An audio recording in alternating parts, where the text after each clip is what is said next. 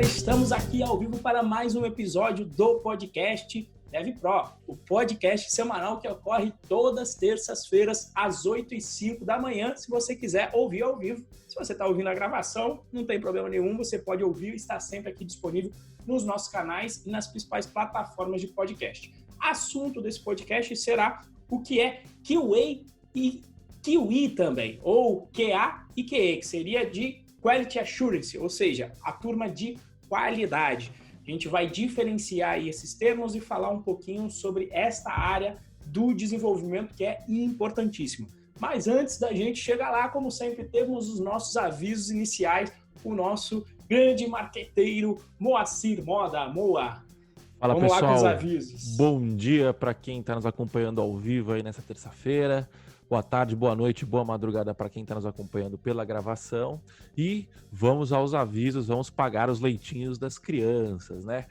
Se você está acompanhando a gente aqui pelo YouTube, por favor, se inscreve e deixa aí o seu like no vídeo, ativa o sininho, que a gente está começando a produzir conteúdo bem legal, né? A gente está dando uma aperfeiçoada, uma acelerada aqui no conteúdo, tá tendo vídeo praticamente todo dia agora, a gente tá recortando uns trechos legais aqui do podcast, tá fazendo uns vídeos mais informativos, então se inscreve aí e não deixa de perder esse conteúdo de qualidade, né? E também siga-nos no Instagram, o meu Instagram é @moacirmoda e o Instagram do Renzo é o RenzoProBR. E o Renzo tá respondendo todo santo dia, ele tá respondendo pergunta, ela tá abrindo caixinha, respondendo pergunta.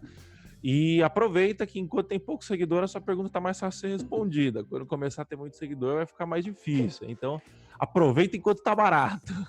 E se você quiser, né? Se você quiser aprender Python, caso você ainda não saiba, ou se você quiser aprender do jeito certo, a gente tem um curso grátis, o melhor curso grátis do Brasil, que é o Python Birds. Para você se cadastrar, acesse python.pro.br/curso-d-python-grátis, o link também está aqui na descrição. E se você quiser participar das nossas discussões, né, a extensão das discussões que acontecem aqui no podcast, né, do bate-papo que acontece aqui no podcast, entra lá no nosso grupo do Telegram, o Galera Python Pro. Para você entrar é o bit.ly/galera-python-pro. E também tem o nosso canal lá no Telegram, que é onde a gente avisa a galera de tudo o que está acontecendo aqui na Python Pro, né? Então, pouquinhos avisos, tal, pode deixar não precisa mutar o canal que a gente manda pouca coisa, tá? E todos os links estão aqui embaixo. E é isso, recados dados, vamos ao que realmente interessa, que é o nosso conteúdo, né? Bom, para quem não sabe, o Renzo trabalhou 2 anos como engenheiro de qualidade na Red Hat, né? E até existe uma diferença entre o termo QA, o termo QE, né? Abrasileirando as siglas, né? E aí a gente vai discutir sobre isso hoje, né? A gente fica tão focado nos tópicos que a gente acaba esquecendo coisas muito boas que a gente tem dentro de casa, né? Que é a experiência de um cara de 2 anos de Red Hat, aí, uma empresa grande, trabalhou 100% remoto, tem bastante coisa aí. Uma área que não é uma área tão não sei se não é tão conhecida, né? Mas não é tão trivial assim, né? O desenvolvedor geralmente quer construir sistema, tal, não sei o quê, e o engenheiro de qualidade ele constrói sistema também, mas são para outros propósitos, né? Bom, então vamos começar a brincadeira aqui, né? Perguntando, Renzo, primeiro define pra gente o que é QA, define também o que é QE e qual que é a diferença entre QA e QE. Essa foi interessante, né? Essa pergunta da pauta, o Moacir trouxe a pauta e aí foi bem interessante, porque quando ele fez, justamente ele colocou, né, QA e foi destrinchando o QA. E eu fui descobrir também o que era tal do QE, que vem do inglês de Quality Engineer, engenharia de qualidade, para entender qual era a diferença.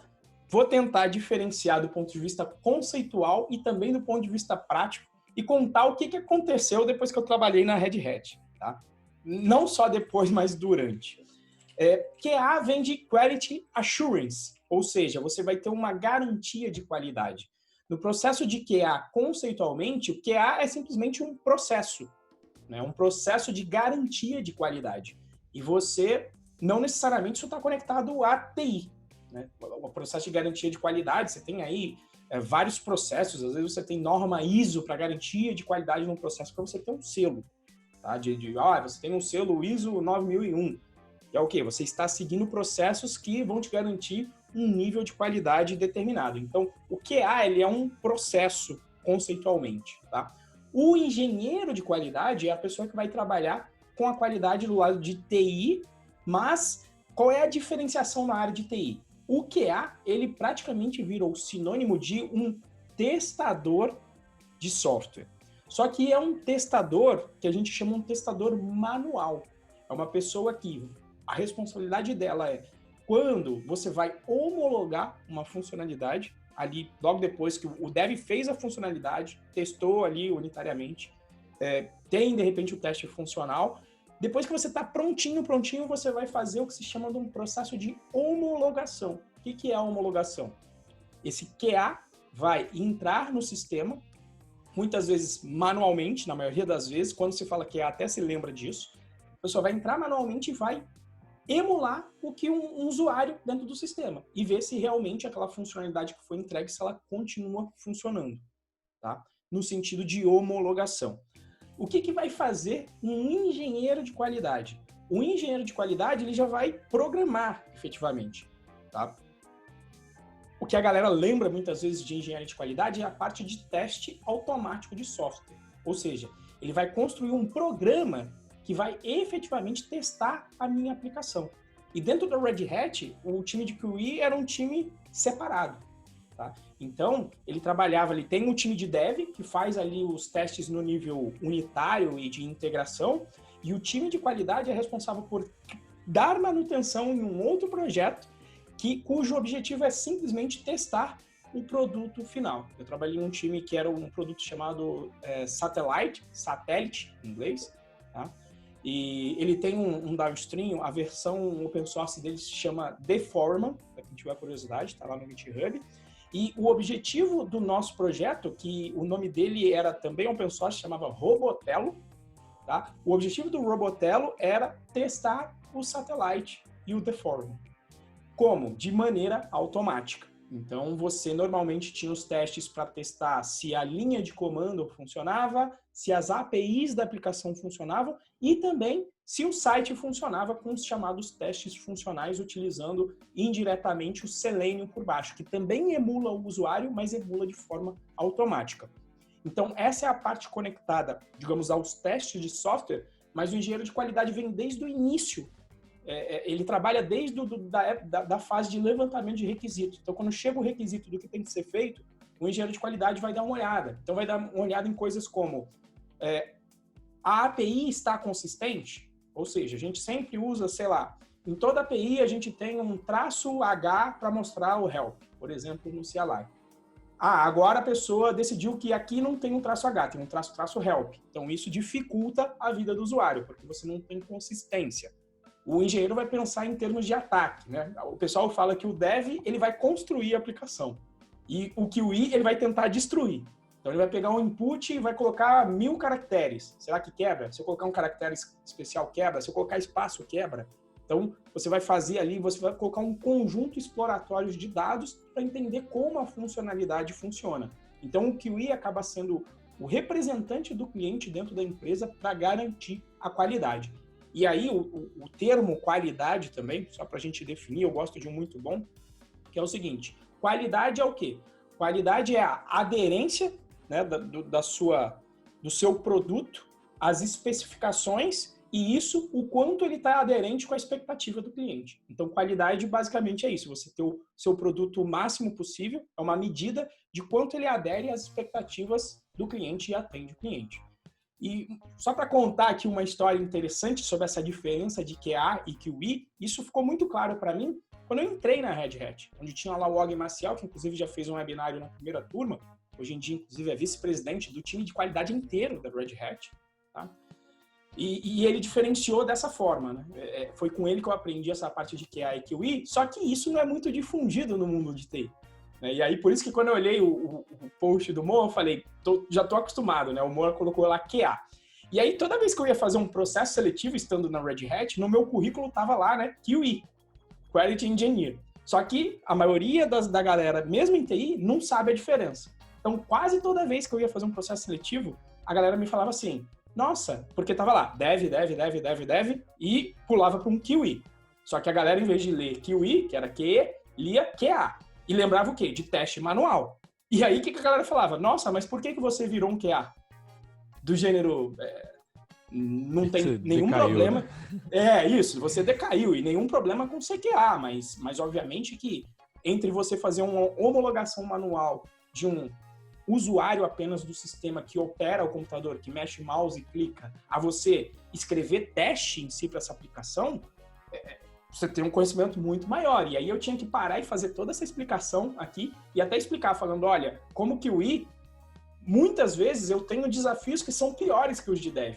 Porque quem mexe com teste, e o dev ele tem que mexer com teste também, quem mexe com teste sabe que testar muitas vezes é mais difícil, principalmente se for do ponto de vista funcional, é mais difícil do que fazer a aplicação. E assim, eu não estou falando nem de site. Imagina um satellite que, por exemplo, a missão do produto satellite era provisionar servidor. Fazer uma chamada via CLI e ver se uma conexão de rede subiu. Se ele conseguiu provisionar servidores. Então imagina você tendo que testar isso, que são operações que não são triviais de uma simples app, digamos, de um simples site. Quando é só um site ainda fica um pouco mais tranquilo. Mas quando ele tem que ver se um servidor subiu, às vezes você tem que... Inclusive ele tinha uma parte que você controlava um mestre e uns escravos, né? Uma arquitetura de master slave. Então você tinha que subir várias máquinas, provisionar todo o teu ambiente.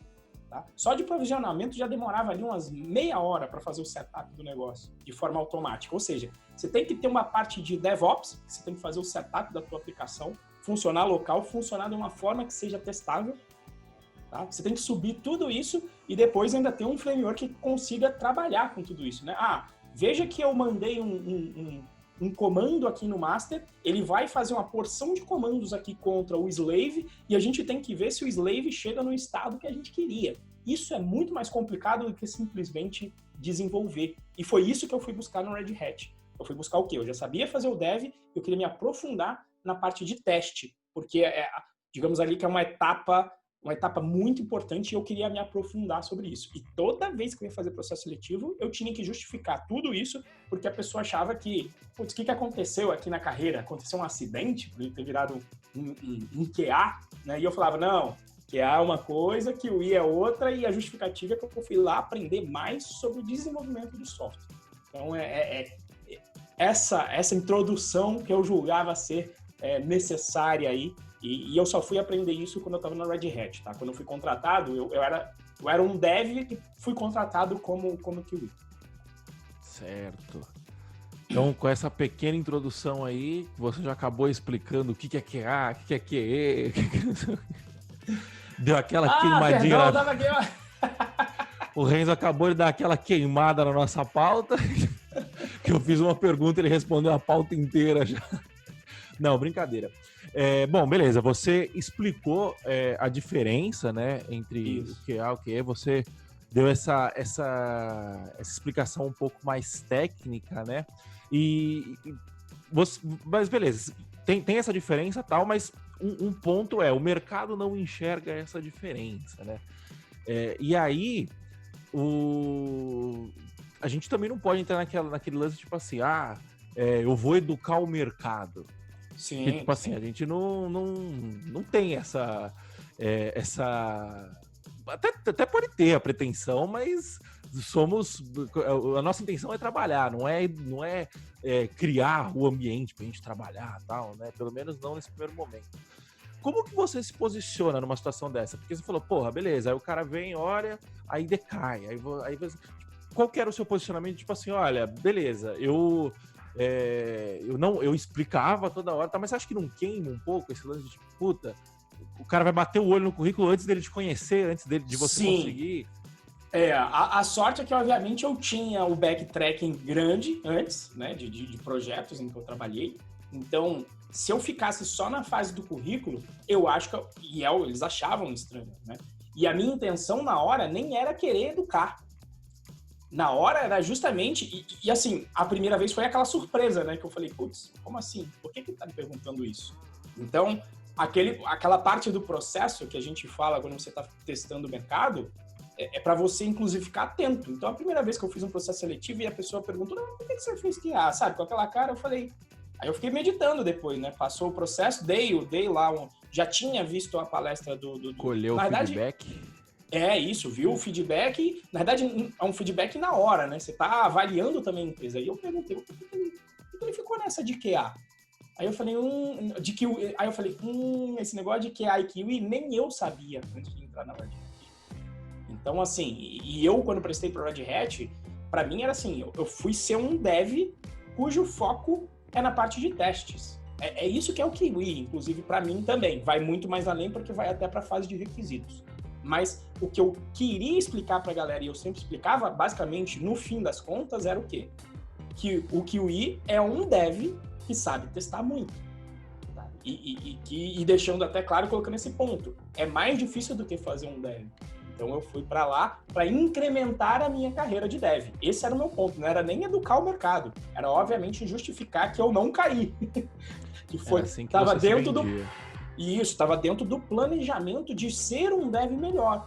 Eu falei, olha, e até voltando um pouco para trás, eu era um dev, trabalhei em uma empresa, a gente implementou um processo que se chama de entrega contínua, onde dentro desse processo os testes são fundamentais. E, para minha opinião, para qualquer desenvolvimento sério hoje em dia, teste é fundamental, tá? Pelo menos na área de construção de aplicativos web. E dentro dessa estrutura que a gente montou, a gente conseguiu colocar teste unitário, teste de integração, mas a gente não conseguiu entregar no pipeline daquela época, até porque eu era muito novo quando eu trabalhei nessa startup, a gente não conseguiu colocar a parte de teste funcional. E assim, eu falei, putz, eu quero agora o quê? Pegar esse gap, né? Essa parte que está faltando dentro do meu aprendizado para eu entender o pipeline completo de desenvolvimento, vou buscar isso. Vou buscar isso como? Surgiu, por acaso, também a vaga da Red Hat quando eu estava prestando para o exterior, então uniu o útil ao agradável, que eu falei, maravilha, eu vou preencher o meu gap de entender a parte final do pipeline de entrega num processo de entrega contínua. Eu vou entender o pipeline com a parte de teste num nível muito mais profundo do que eu teria se eu ficasse simplesmente só trabalhando como dev, fazendo aí as funcionalidades em si.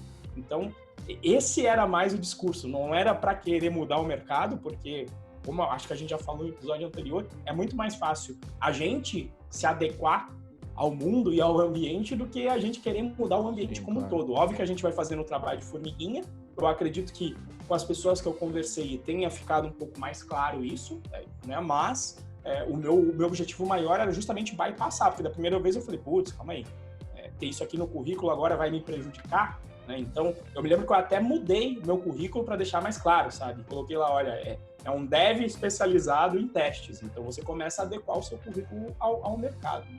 Sim. A Luana de Freitas, ela comentou aqui no chat, né? Aqui no Brasil, a minha percepção é que a atuação de QA é em todo esse espectro de atuação, desde o teste funcional manual, passando pelas automatizações, criando metodologias de teste. E isso fica bastante evidente nas ofertas de mercado para a área de qualidade. Eu também tenho essa percepção, Luana, eu imagino que o Renzo também tenha essa percepção, porque assim, o meu... Aí eu vou entrar numa polêmica, né? A minha experiência de mercado,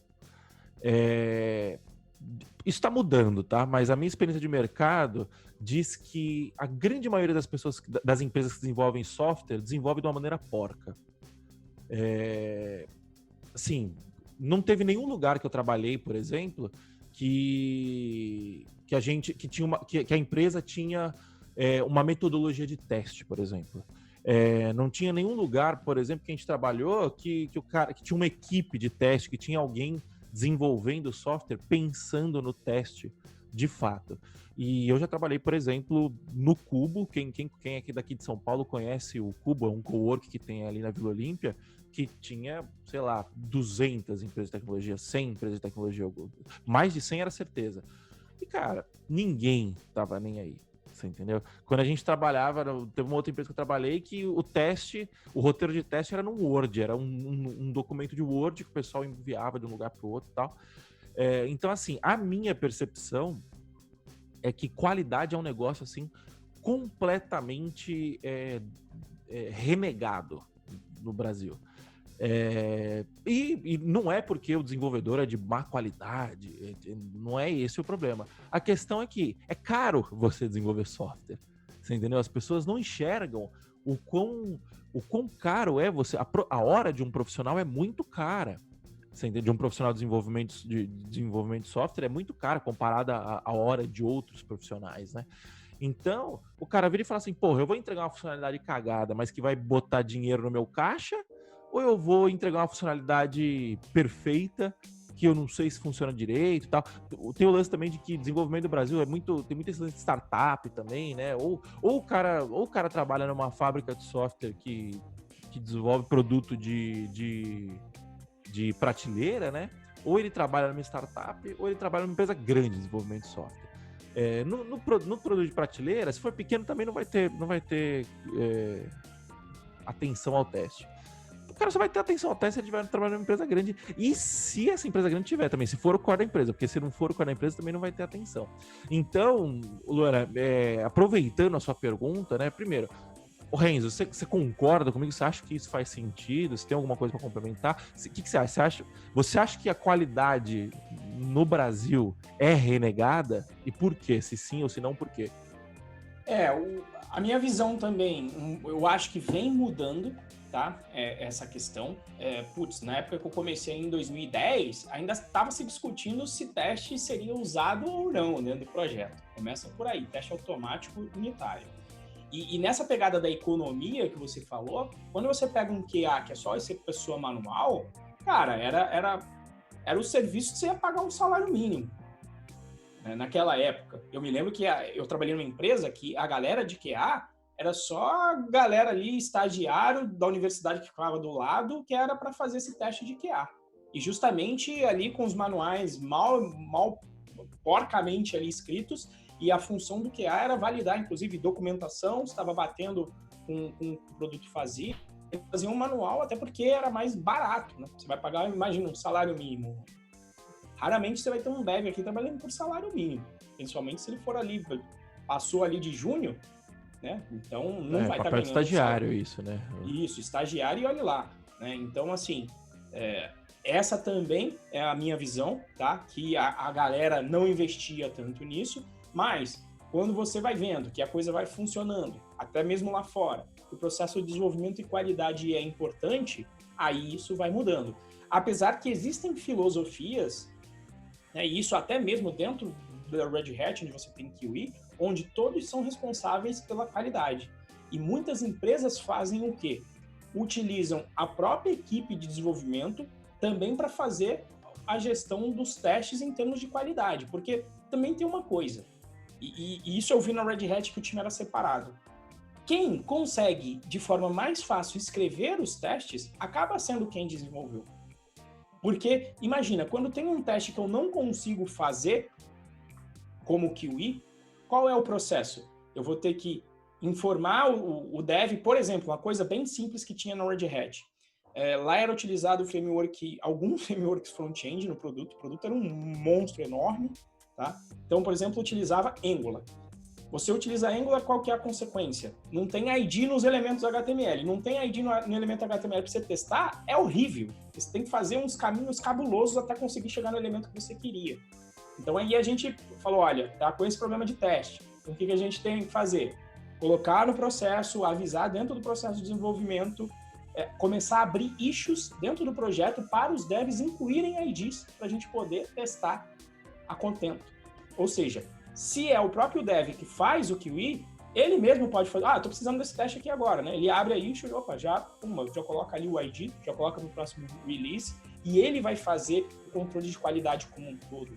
E se eu não me engano, empresas grandes como o Google, pelo menos o Google, se eu não me engano, tem essa filosofia, onde é o próprio dev que vai fazer essa gestão, pelo menos da qualidade em nível de teste automático, no nível unitário, de integração e funcional. Tá? Então, eu acho também, como o Moa, que vem mudando, mas até por fazer os processos seletivos tanto aqui no Brasil quanto lá fora, eu vejo que a galera ainda enxerga o QA como justamente não um QE. E aí eu espero que esteja mudando. Fiz a minha parte espalhando a palavra enquanto eu estava trabalhando como engenheiro de qualidade, mas eu acho que a gente ainda não está lá. Sim, eu concordo. A Luana, ela fez um comentário que ela comentou que ter pessoas iniciantes e não experientes fazendo esse trabalho de teste insere muitas falhas no processo de qualidade. Você concorda com isso?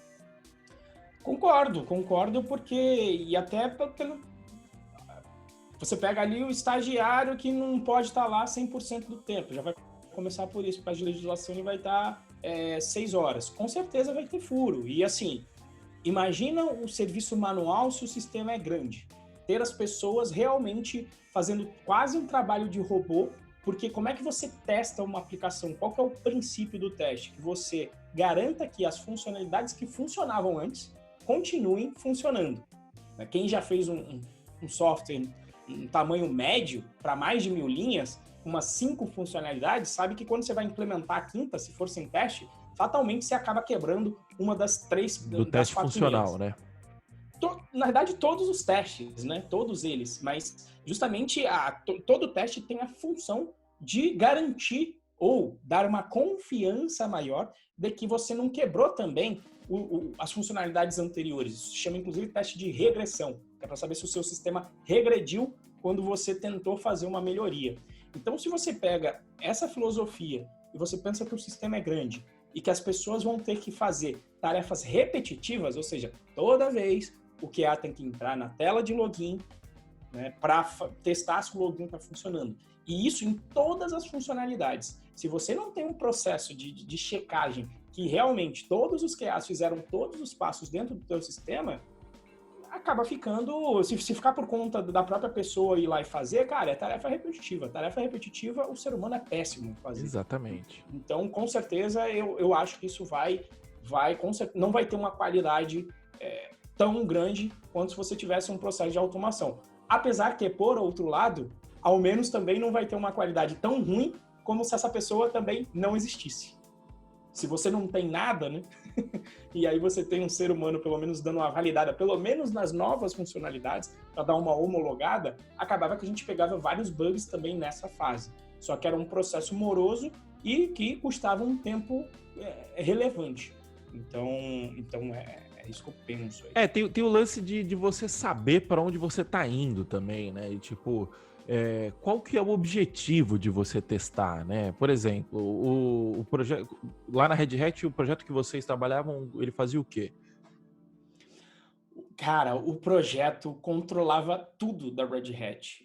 Era cabuloso, isso era interessantíssimo porque você tinha um projeto, ele se chama Satellite, de forma cujo objetivo é fazer a gestão do parque de máquinas completo dos clientes.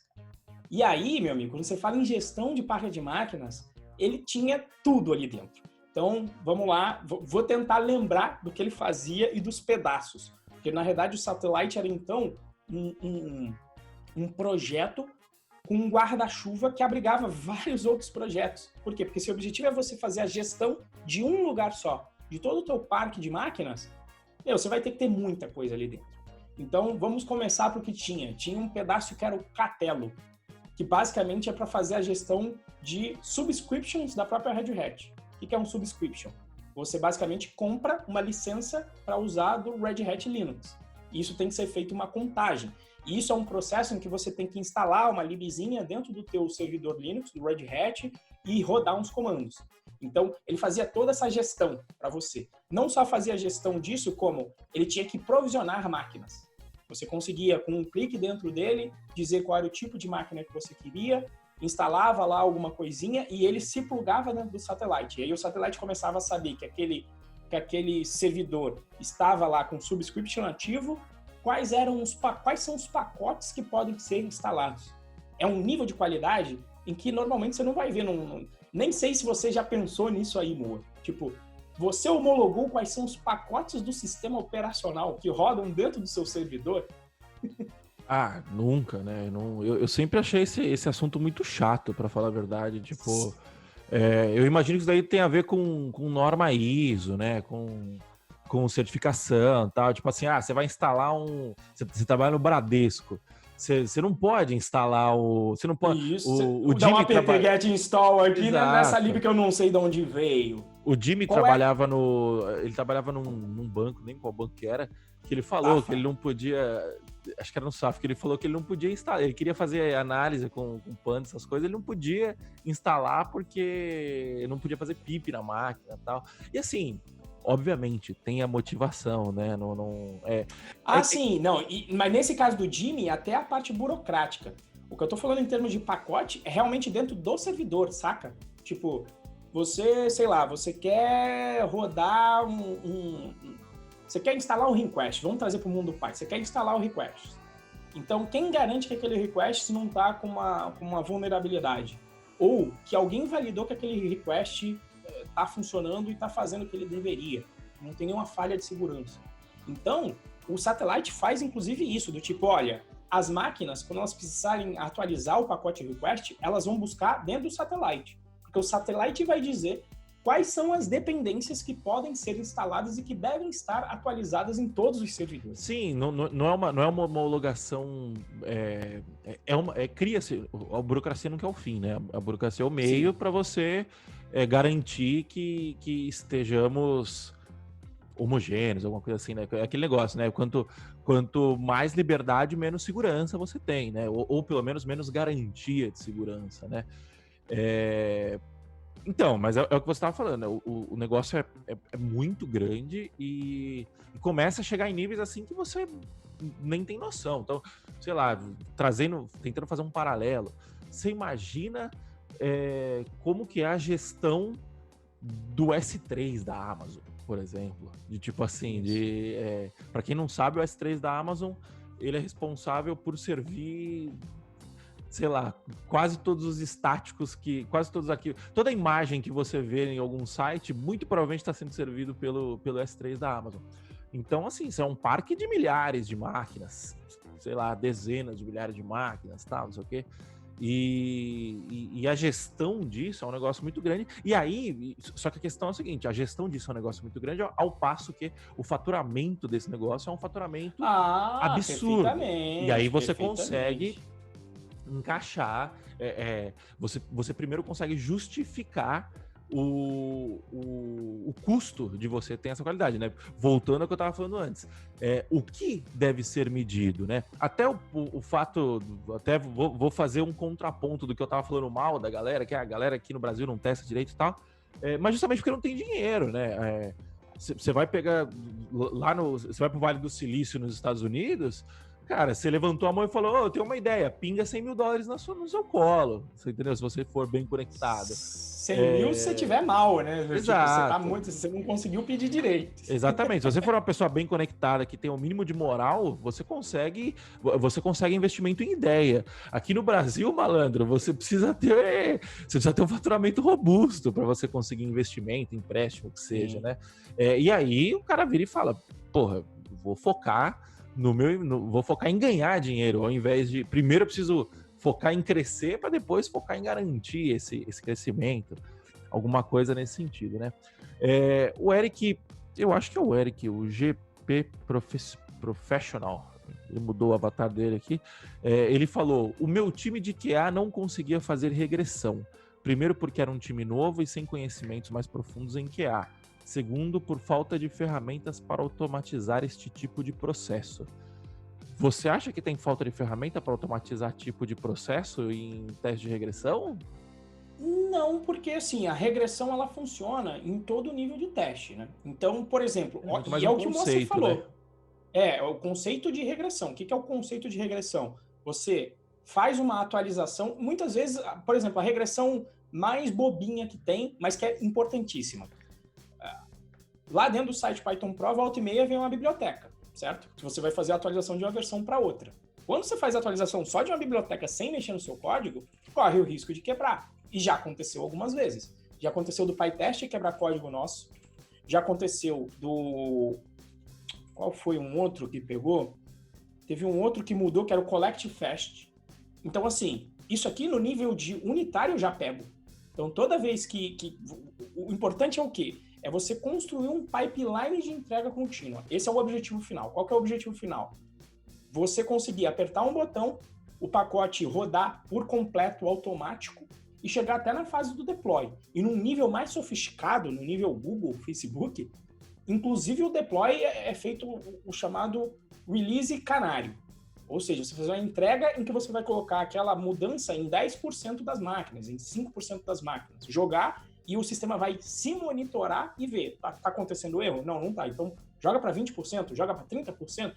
Então, é um release que vai acontecendo aos poucos. Para chegar nesse nível, obviamente, você não parte do zero e chega nesse nível. Mas eu acho que o trade-off é o seguinte: de início, pode o próprio dev tomar conta e pelo menos tomar conta do nível unitário da coisa.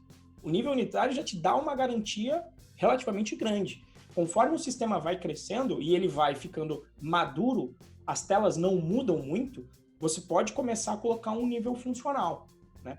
As ferramentas não faltam. Agora, para um time novo, costuma ser difícil fazer o quê? Fazer o setup disso. Sim. Quer dizer, você tem um servidor de integração contínua, pronto. Sabe rodar teste unitário. Putz, aí você já está falando que tem que ser um dev. Já não vai poder ser um QA sem conhecimento técnico e novo. Só para rodar o CI, muita gente não conhece. E muita gente acha que é muito difícil quando não vê a primeira vez. E antigamente era. Você tinha lá um Jenkins da vida, era um inferno configurar o Jenkins. Hoje, todas as ferramentas agora, o GitHub foi o último a colocar com o GitHub Actions, é um arquivinho de configuração. Então, por isso, lá no meu curso, né, chega no modo de Django, o primeiro capítulo, o cara vai fazer um deploy com o servidor de integração contínua. Aliás, no segundo módulo ele já está vendo o servidor de integração contínua, porque hoje em dia ficou muito mais fácil. Então, você começa desse ponto. Agora, o teste funcional, meu amigo, aí realmente as ferramentas existem. Você realmente vai utilizar um Selenium da vida, tá? Mas o que acontece? O montar todo o setup, às vezes, é a parte complicada. E por isso que eu falo que CQE, ele é mais sinistro do que CDev. Por quê? Porque, como eu falei, se for um teste funcional, você basicamente precisa montar todo o teu produto, colocar ele rodando em um servidor que seja, ou mesmo que seja num Docker, para você poder o quê? Fazer as requisições contra ele, para você poder emular um navegador acessando o teu aplicativo. É meio que uma metaprogramação, né? E porque, veja, para você montar o teu produto num ambiente testável que não seja de prod, você já tem que garantir que tá tudo parametrizável de forma que você consiga mudar tudo. Por exemplo, mudar o domínio. Não pode rodar no mesmo domínio, tem que rodar com um domínio qualquer. As configurações de banco de dados têm que estar desacopladas, você tem que apontar para um banco de dados de teste. E vamos levar para um nível maior. Normalmente você, como tester, você quer testar numa matriz de teste funcional. Então você quer garantir que funcione no Mac, no Linux, no Windows, 3 coisas. Você quer garantir que funcione no Firefox, no Chrome e no Edge, você já tem 3, só que lembra que é uma matriz. Então são 3 sistemas com 3 navegadores, você está falando de uma matriz, vai dar 3 vezes 3, 9 configurações que você tem que fazer. Então, como é que você vai fazer um setup para tudo isso? E aí você tem ferramentas, por exemplo, como o Source Labs, que é um serviço que faz isso. Leva para o ambiente, então, quer ficar mais lindo ainda? Leva para o ambiente de mobile, de celular. Você quer testar contra vários celulares. O Source Labs te entrega isso. Mas imagina como é que você vai emular um celular na tela para você montar essa infraestrutura. Então, assim, as ferramentas existem, mas para você montar o cenário, com tudo montadinho, conectado, para poder fazer esse teste, demanda realmente um nível de senioridade grande. E aí que vai o descompasso entre a pessoa querendo, às vezes, contratar quem é júnior para fazer essa parte de teste. Porque o júnior, ferrou. Como é que ele vai fazer o setup? Sim. Porque normalmente o júnior mal setup, em geral, quando você vai para uma empresa, num júnior, alguém faz o setup junto com ele. Ele vai aprendendo com o tempo a montar um setup. Uma das coisas que eu diria até que mede senioridade é entregar o projeto na mão da pessoa e ver se ela consegue montar sem perguntar muito. E mesmo assim, tem muito ambiente que é muito específico em cada empresa, né? De como é que você monta o ambiente em si. Montar o ambiente é um troço complicado. Então, veja, você navega do DevOps, porque você tem que, de alguma forma, montar o ambiente ou pelo menos conversar com o time de DevOps para esse ambiente ser montado para você de uma maneira que seja testável, e depois você tem que trabalhar com a parte de teste funcional, que é o nível mais complicado de se trabalhar, na minha opinião. Porque aí você tem, enfim, toda a parafernália do ambiente e ainda tem que emular o acesso via um navegador, e acessar com um navegador que não é visual, quando você vai colocar dentro. É muito oneroso, né? Não, é oneroso, e assim, é passo de formiguinha, você vai... Você, assim, eu coloco lá, é igual física, né? Movimento ideal, movimento sem atrito. Movimento ideal. Você coloca isso como objetivo, mas você vai aos poucos, né? Opa, calma aí, vou fazer uma roda primeiro. Agora eu vou colocar um óleo na roda. Agora eu vou estudar alguma coisa que vai diminuindo o atrito, mas você vai aos poucos. Não vai querer montar esse ambiente. No dia 1 eu vou montar essa porra. Beleza. Sim. Vai ficar 6 meses só para montar um ambiente. E o Jussão fez uma pergunta aqui também, que casa com o que a gente está falando, né? Ele perguntou: o ensino da programação não deveria começar por teste? Na minha opinião, não. Porque o teste, para você testar, o teste é uma metaprogramação, né? Porque o teste é automatizado, né? Você escrever um teste, você está escrevendo. O que é programar, né? Programar é você programar uma sequência de ações, né? Eu acho que dá para a gente tentar definir mais ou menos dessa maneira. E aí você pode programar uma sequência de ações que vai fazer que vai fazer o cálculo do imposto, por exemplo, usando um RP como exemplo, e você pode programar uma sequência de ações que vai testar se o cálculo do imposto está sendo feito da maneira correta. Você entendeu? Então, assim, a programação, o teste, ela é uma metaprogramação.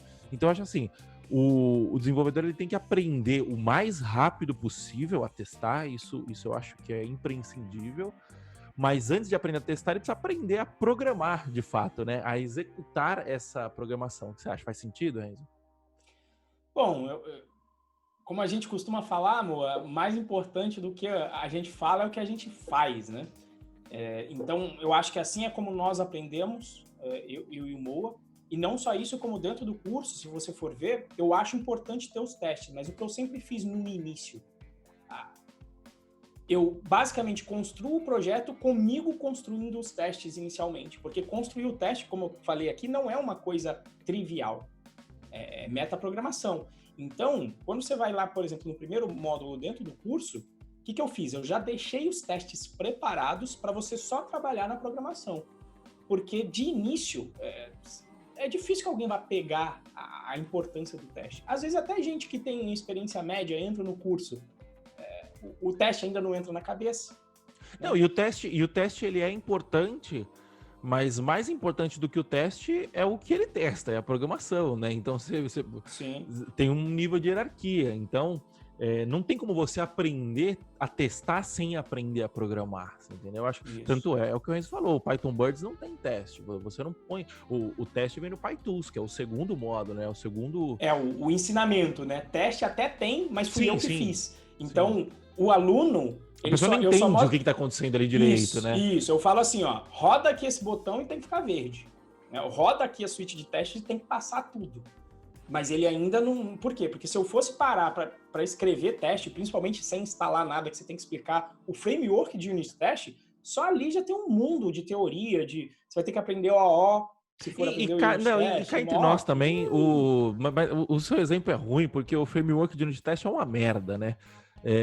Sim, foi copiado do Java aí. Exato. É uma bosta. Se você... Quem não manja de teste ainda, quem está aprendendo Python e não manja de teste, não aprenda Unit Test, não aprende o framework Unit Test. Vai direto para o PyTest, que aí você não precisa aprender, por exemplo, orientação a objeto. Você consegue testar só sabendo programação procedural, que é o mais básico das programações, você já consegue fazer testes, entendeu? E para quem ensina só é um problema, né? Porque ele não é embutido na linguagem. Então, por isso que eu não uso ele no Python Birds, mas eu também não te falo dele. Justamente o que eu faço é o seguinte, no segundo módulo, quando a gente vai te ensinar a instalar as coisas, eu falo, aprende o PyTest e eu nem comento do Unit Test. Tem uma galera que fala, Renzo, por que você não bota o Unit Test? Que é uma merda. O PyTest é melhor. Simplesmente o resumo porque é uma merda. Então, use o que é bom. Eu já te coloco no caminho feliz, né? Exato. Bom, então, acho que a gente conseguiu falar bastante a diferença do QA para o QE, né? O que é, eu acho que o que resume bem é o QA é muito mais como uma matéria, digamos assim, né? Uma linha de um processo, né? E o QE eu acho que é muito mais a mão na massa, né? Então, como que qual que é a dica que você dá para o cara que quer começar a estudar sobre QE, né? Acho que o primeiro passo primeiro ser desenvolvedor há um bom tempo, não um bom tempo, né? Mas assim, ter os fundamentos da programação muito bem consolidados. Eu acho que esse primeiro passo é fundamental, né? E além disso, o que você recomenda para um cara que quer começar a se embrenhar nesse mundo aí de engenharia de qualidade? Bom, aí obviamente vai depender do tamanho do teu projeto, o que ele faz, né? Mas invariavelmente você vai ter que entender bastante de testes automáticos. Então isso que eu estou falando aqui dos níveis de teste: teste unitário, teste de integração, teste funcional. Quais são esses níveis? Para que eles servem? Então você vai ter que saber isso. Na parte de teste funcional, você vai ter que entender sobre a ferramenta Selenium, que basicamente emula um usuário utilizando o navegador. E aí você tem que aprender a fazer o setup disso, não é simples, tem que entender disso. Se for um website com Selenium, você vai ter que entender de como é que você vai procurar os seus elementos lá dentro e executar as ações. Isso já te exige um pouco de conhecimento de web, de web, de CSS, de busca e seletores de elementos lá dentro, quando você estudar o Selenium. E aí você tem que... XSL, né? Era a base disso tudo antigamente. Pois é, cara. Então, assim, e aí você tem que saber montar o seu ambiente, e aí eu até deixei aqui como recomendação, dar uma olhada no produto Source Labs, que já te resolve esse problema. Imagine se você tivesse que resolver esse problema de matriz de testes, então é importantíssimo. E estudar, de repente, por exemplo, o frameworks que eu só vi, por exemplo, o Eduardo Mendes fez um episódio muito bom com a gente, onde ele mostrou lá um framework que se chama eu acho que era, eu não lembro nunca se no Python é o Lettuce ou o Cucumber, que eu sei que um herdou do outro de uma linguagem. Eu não lembro se o do Python é o Lettuce ou o Cucumber, que é uma parte de teste orientado a comportamento. Então você vai ter que estudar bastante. A Lettuce. Então é esse mesmo. Então é o Lettuce. Você tem que dar uma olhada nesses caras para ver o que eles fazem para poder implementar os seus testes, né? Estudar bastante sobre pipeline e automação. Então envolve um pouco da parte de DevOps. Porque se você vai fazer teste funcional, você precisa ter a tua aplicação rodando em uma caixinha que a gente chama de sandbox, de caixa de areia. Você possa efetivamente rodar a sua suíte de testes, o seu conjunto de testes, sem, obviamente, ter que bater em produção, né? Por exemplo, você tem teste de criação e remoção de usuários. Você não vai poder fazer isso no teu ambiente real. Você vai ter que ter um ambiente separado para isso, um pouquinho de infra. Então, eu vou dizer que o testador, eu acho que ele chega muito mais próximo de ser o famigerado full stack, do que o próprio full stack, porque quando a gente fala em full stack, você lembra só do Ops, né? Ops, Dev e Front. Já o tester, ele ainda precisa saber mais essa camada aqui, né? Ele tem que saber fazer tudo isso que eu falei agora e de uma forma testável. Sim. Então, é uma gama muito grande aí de conhecimento. Realmente, se tem a galera que começou júnior nessa área, eu nem imagino como é que começa, como é que você coloca um júnior sem saber programar direito essas coisas, tá? Então... eu acho que o Júnior vai acabar caindo num lance muito mais de... Ele vai começar pontual, com QA, né? Aí ele vai acabar se interessando na engenharia, mas vai precisar da bagagem, né? E o Gilson fez uma pergunta sensacional aqui, que é o seguinte: um QE sênior ganha mais do que um dev sênior? O que você acha, Renzo? Olha, pra ser sincero, eu não vi a tabela. Eu não vi a tabela dentro da Red Hat. Eu acho que tinha uma tabela de cargos lá. Mas eu acho que, em geral, era bem equânime ali a a situação, tá? Tá, Não traduz pro tinha... brasileiro aí que... eu não... O que é equânime? Equânime, não. É uma distribuição, digamos, que ele vai ganhar parecido ali, vai ganhar a mesma coisa dentro da empresa. Então, um Dev Sênior e um QE Sênior vai ganhar ali mais ou menos a mesma coisa dentro da Red Hat, tá? Quando você estava falando do QA antigo, obviamente que o QA manual, esse vai ganhar muito menos que um Dev, porque o QA manual nem um Dev é, ele é um usuário, um usuário Sim. poderoso do sistema, um power user do sistema. Então, esse sempre vai ganhar menos que um Dev, porque ele, no fim das contas, ele não é um Dev. Ele só está ali no processo de teste manual do teu sistema.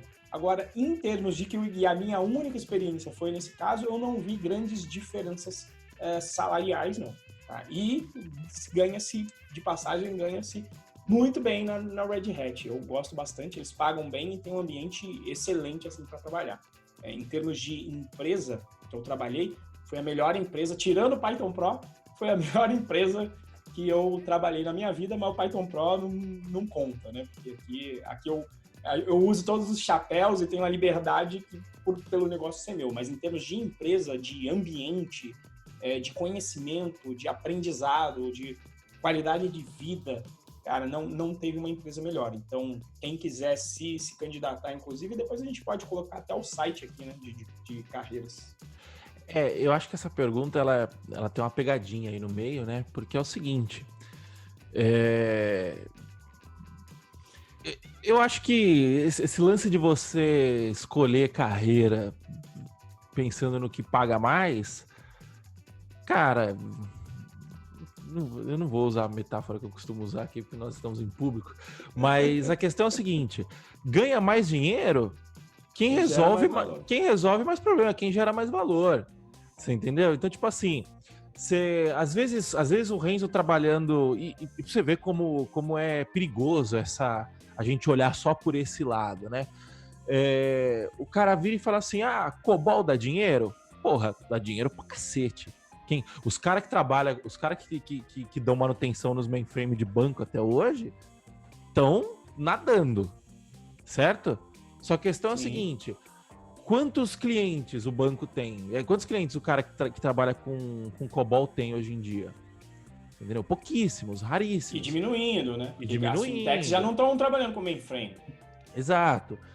Então você vira e fala assim, eu quero ser eu vou trabalhar com engenharia de qualidade. Você fala, pô, legal. Porque ganha dinheiro pra caramba. Aí o cara mora no interior do Tocantins, que a internet é uma merda, ele não consegue trabalhar pra fora direito, por exemplo. Esse cara vai passar fome lá. Por que ele vai passar fome? Porque no interior do Tocantins, eu tô usando um exemplo, tá? Não sei se vai passar fome ou não. Mas... Não precisa ser muito, não. Vai aqui para o interior de São Paulo, vai aqui para São Paulo, aqui sul de Minas, ali no meio da roça, Pedralva. Exatamente. Foi pro mato, já era, pô. São José aqui, ó, meia hora. Minha mãe mora aqui, meia hora de um polo, que é São José. Mas, cara, é na roça. A internet lá é 3G minguado. Exato. E aí esse cara não vai conseguir trabalhar remoto para Red Hat, vai ter que ficar na indústria local ali. Na indústria local, assim, obviamente, beleza, ele pode pegar e mudar um pouco mais a gente tá só exemplificando aqui, né? Mas esse cara, ele não, por quê? Porque não vai ter demanda pro trabalho dele. Você entendeu? Às vezes esse cara vai ganhar muito mais dinheiro, por exemplo, se ele resolver aprender a fazer site um WordPress e vender pro comércio dele, você entendeu? Então, assim, você tomar decisão. Eu tava ouvindo um podcast hoje, Flávio, um podcast muito bom, chama... eu não lembro agora o nome do podcast. É um podcast da XP, se eu não me engano, da Exame, não lembro. Que é o Flávio Augusto deu uma entrevista nesse podcast, né? E ele tava falando, ele falou, cara, trabalho é meio para você conseguir as coisas. Eu consigo... eu trabalhava por comissão, depois eu passei a trabalhar por dividendo, agora eu trabalho por equity.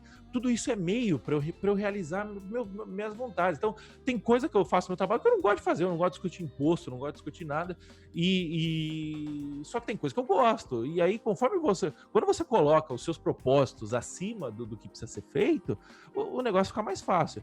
E aí você vira e fala, e aí voltando pra gente falando assim, então eu vou escolher ser engenheiro de qualidade, porque o engenheiro de qualidade ganha mais. Ou porque se for para escolher o que ganha mais, cara, vai ser banqueiro, vai ser vendedor, vai ser trader, você entendeu?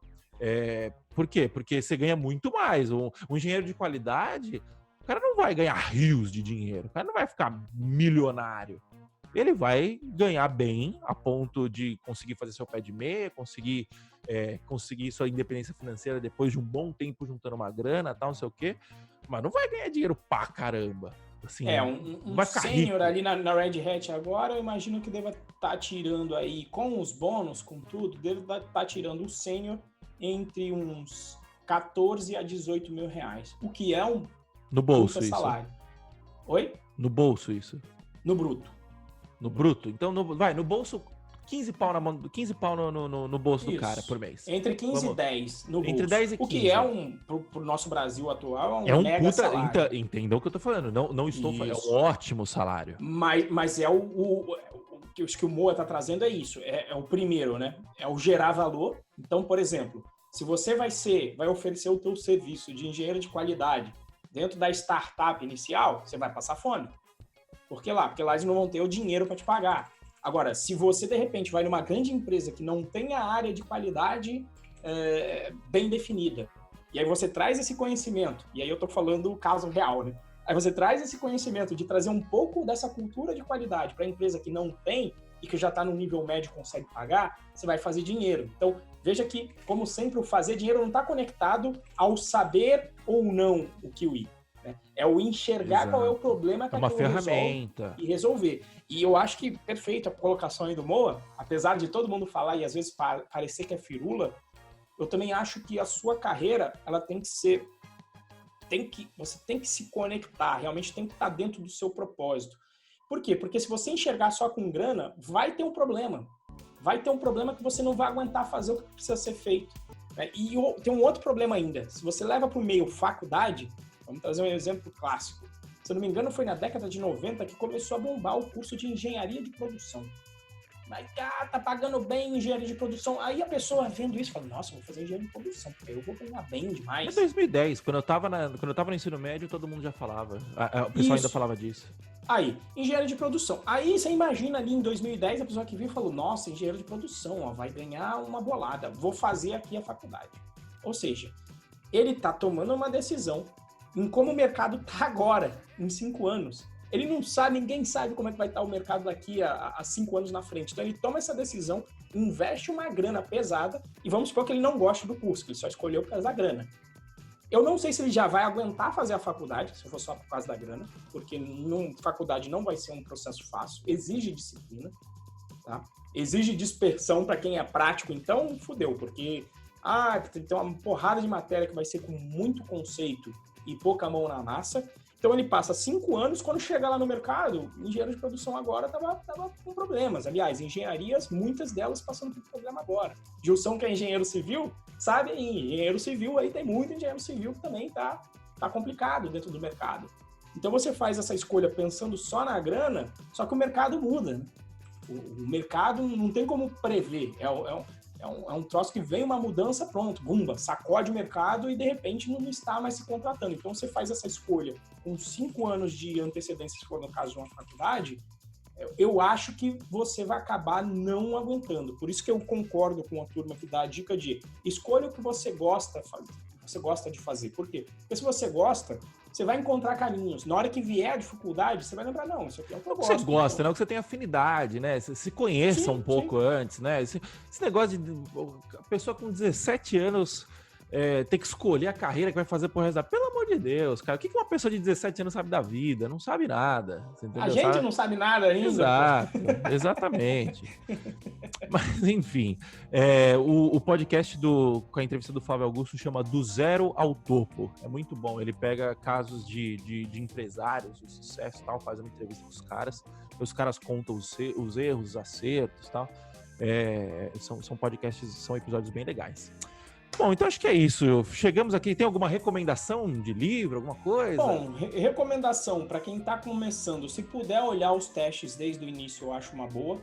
O livro que eu comecei no Python foi o Dive into Python, é um PDF gratuito online, que no final ele já menciona os testes mas ele não é um livro que eu considero que é um livro para quem está começando. Em geral, para quem vem de outra linguagem para aprender é bacana, mas tem a parte de testes ali do final. Quem já sabe programar um pouquinho em Python, recomendo dar uma olhada nesse capítulo.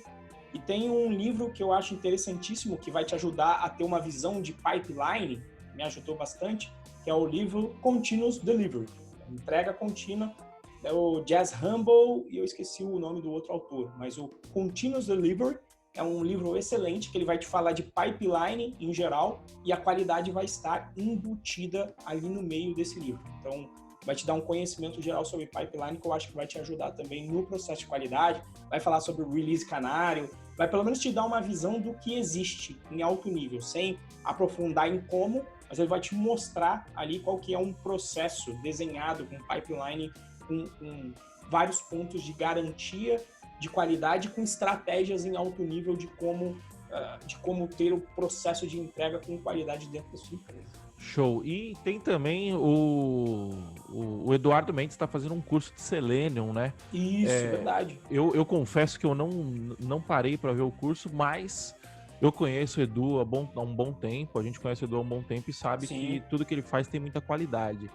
Então eu recomendo quem tiver interesse no assunto, dar uma passadinha lá no curso 0800. Ele tá entregando, acho que no canal dele no YouTube, né? No canal Live de Python. Só que eu acho que ele tem até um canal lá que ele troca tem um cadastro. Se vocês entrarem lá no canal dele, que é o Live de Python, vocês vão ver. É um curso muito bacana mesmo. E essa parte de Selenium costuma ser, como a gente falou, a mais complicada de fazer o setup em tudo. Então, conhecendo o Eduardo, com certeza ele vai mostrar aí esses conceitos, vai mostrar setup, vai mostrar rodando no CI, e realmente é um bom caminho para você aprender aí os testes. Isso aí, então, acho que por hoje é só. Muito obrigado, pessoal, que participou aqui no chat. Caso você esteja ouvindo a gravação, a gente grava o episódio sempre às terças-feiras, a partir das 8h05 da manhã. Se você quiser participar com a gente está sempre dando uma atenção aqui no chat. E acho que é isso, né, Renzo? É isso, galera. Então, um grande abraço aí. Muito obrigado para quem ouviu aqui a gravação. E até o próximo episódio do podcast DevPro. É isso aí. Valeu, pessoal. Tchau, tchau.